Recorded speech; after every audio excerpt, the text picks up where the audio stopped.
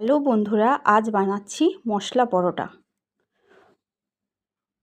প্রথমে একটা পুর বানিয়ে নিতে হবে। মটরশুঁটি, আদা, কাঁচা লঙ্কা, জিরে, ধনে, নুন, হলুদ, গরম মশলা আর হিং দিয়ে একসাথে মিক্সিতে পেস্ট করে কড়াইতে একটু অল্প তেল দিয়ে শুকনো শুকনো করে একটা পুর বানাতে হবে।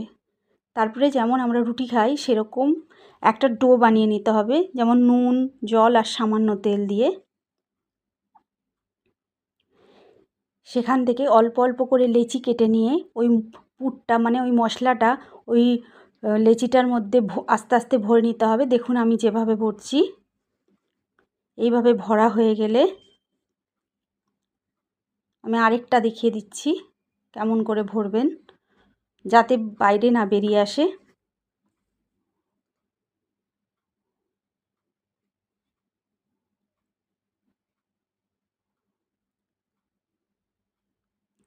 এক এক করে সব লেচিগুলো এইভাবে ভরে নিতে হবে পুর দিয়ে।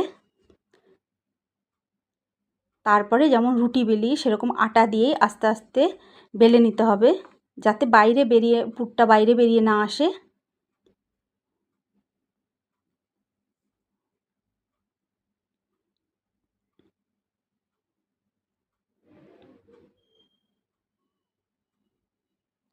তারপর এক এক করে এইভাবে বেলে রাখতে হবে।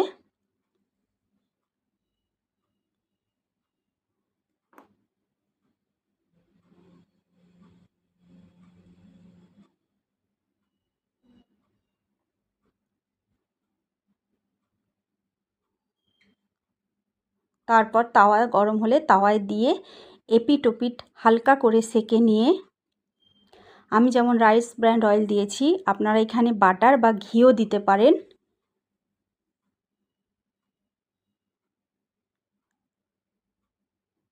তারপর লাল লাল করে ভেজে নিতে হবে। এইভাবে প্রতিটা পরোটাই ফুলবে।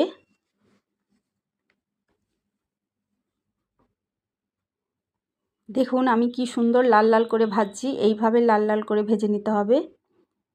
আর পরোটাগুলো খুব নরম হয়।